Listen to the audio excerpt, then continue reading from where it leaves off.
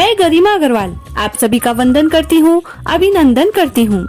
आइए आज हम जानते हैं आशा भगवती व्रत की पूरी उद्यापन विधि बहुत ही सरल तरीके से। इस व्रत में आश्विन या आसोज महीने की कृष्ण पक्ष की अष्टमी यानी श्राद्ध पक्ष की अष्टमी तिथि से कहानी सुनी जाती है। यदि आप इस व्रत की कहानी और पूजा विधि के बारे में जानना चाहते हैं तो नीचे डिस्क्रिप्शन में दिए हुए लिंक पर क्लिक करके देख सकते हैं।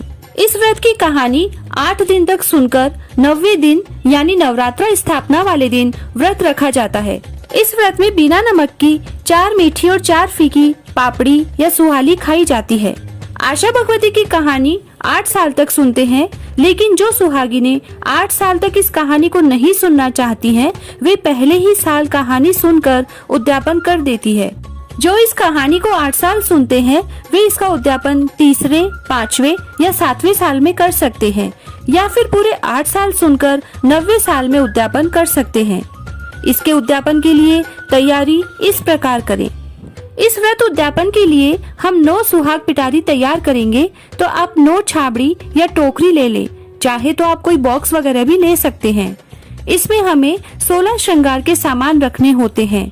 यह 16 श्रृंगार का सामान इस प्रकार ले सकते हैं: रोली, मोली, मेहंदी, काजल, कंगा, कांच, मेण, चूड़ा, सिंदूर, रिबन या कोई भी hair accessories, rubber, back pin ले सकते हैं, नेल पॉलिश, लिपस्टिक, बिंदी, बिछिया, दातन।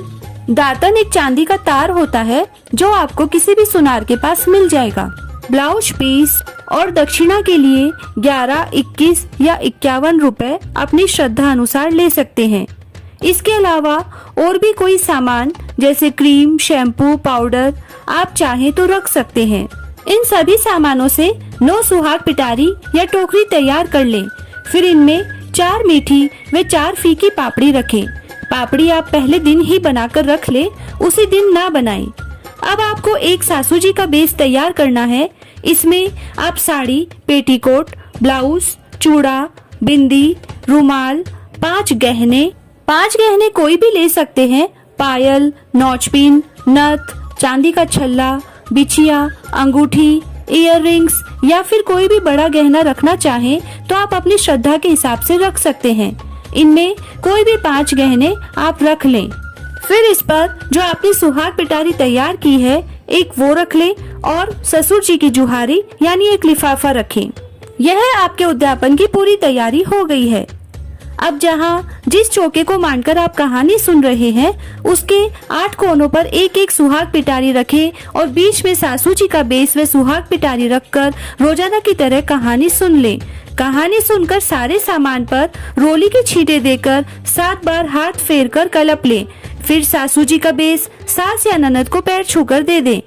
बाकी 8 सुहाग पिटारी 8 सुहागिनों को तिलक करके पैर छूकर दे दें। यदि आप चाहें तो 8 सुहागिनों को घर पर बुलाकर खाना खिलाकर सुहाग पिटारी दें। खाना नहीं खिलाना चाहें तो उनके घर पर ही सुहाग पिटारी भिजवा दें या दे आए। इस तरह बड़े ही सरल तरीके से आपका आशा भगवती व्रत का उद्यापन हो जाएगा। यदि आप कुछ और जानना चाहें तो कमेंट करके पूछ सकते हैं। और यदि आपको हमारे द्वारा दी गई जानकारी पसंद आए तो हमारे चैनल को लाइक एंड सब्सक्राइब करना ना भूलें। जय श्री राधे।